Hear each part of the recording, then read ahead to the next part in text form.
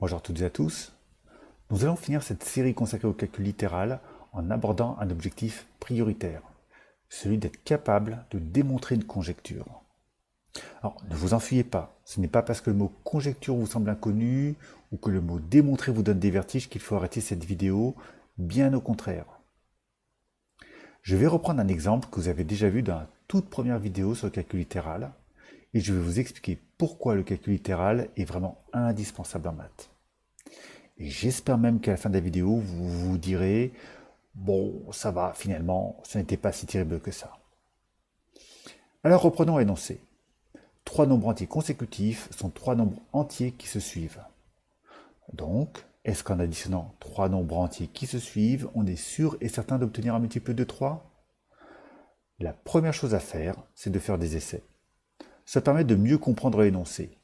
C'est ce qu'on a fait ici, avec les nombres 1, 2, 3, 2, 3, 4 et 3, 4, 5. Et là, on s'aperçoit qu'à chaque fois, les sommes sont des multiples de 3. 6, c'est 3 fois 2, 9, c'est 3 fois 3, et 12, c'est 3 fois 4. Donc, ça a l'air de fonctionner comme la question le laisse entendre. À savoir, oui, quand on additionne 3 nombres entiers consécutifs, on dirait bien qu'on obtient un multiple de 3. Eh bien, c'est ça qu'on appelle une conjecture. Et si vous voulez vraiment comprendre ce qu'est une conjecture, regardez ici. Ce « il semble que » indique qu'on n'est pas tout à fait sûr qu'on aura ça tout le temps. Pourquoi n'est-on pas sûr? Eh bien, tout simplement parce qu'on n'a pas tout essayé. Peut-être que ça ne marche plus avec des nombres à 6 chiffres ou bien avec des nombres négatifs. Et même si on essaie cela, on ne peut pas être sûr que ça fonctionnera toujours avec d'autres nombres. Pour prouver que cette conjecture est vraie, pour être sûr et certain qu'en additionnant 3 nombres entiers consécutifs, on obtiendra forcément un multiple de 3, on ne peut pas essayer tous les nombres possibles. Tout simplement parce qu'il y en a une infinité. Alors comment faire? Eh bien ici, l'idée géniale, restons modestes, c'est d'essayer avec une lettre qui remplacerait n'importe quel nombre. On va essayer tous les nombres d'un coup. Je vais vous montrer comment. Allez, on va se faire un petit peu de place pour y voir plus clair. On va devoir additionner 3 nombres. Pour cela, on va appeler n le premier nombre. Alors pourquoi n? Pourquoi pas? On peut utiliser la lettre qu'on veut. Pour le deuxième nombre, on pourrait utiliser une autre lettre, mais si on y réfléchit bien, ce deuxième nombre, c'est celui qui suit le premier.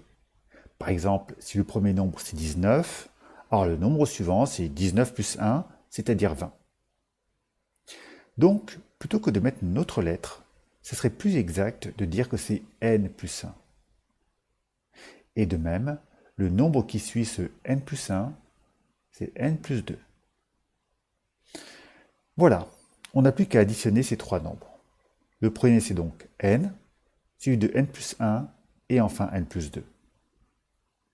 Et c'est maintenant qu'on va dégainer nos règles de calcul littéral. Pour commencer, on va supprimer les parenthèses.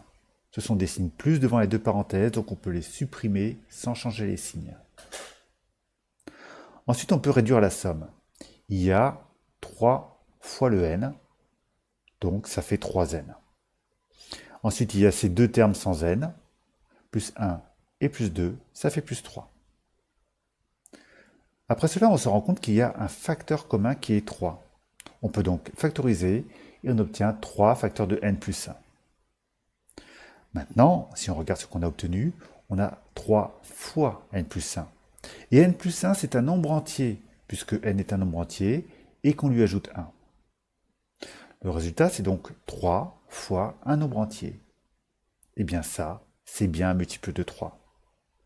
Et c'est absolument sûr et certain, et ça marchera pour tous les nombres, puisqu'ici, n remplace n'importe quel nombre entier. Et c'est ça la force du calcul littéral, c'est que ça permet d'essayer tous les nombres en un seul calcul. Et les nombres, eh bien, il y en a une infinité. Alors, je sais ce que certains d'entre vous se disent.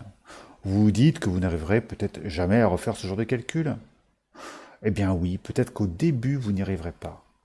Et c'est pour ça qu'il faut s'entraîner avec toutes ces techniques de calcul littéral que vous avez pu apprendre.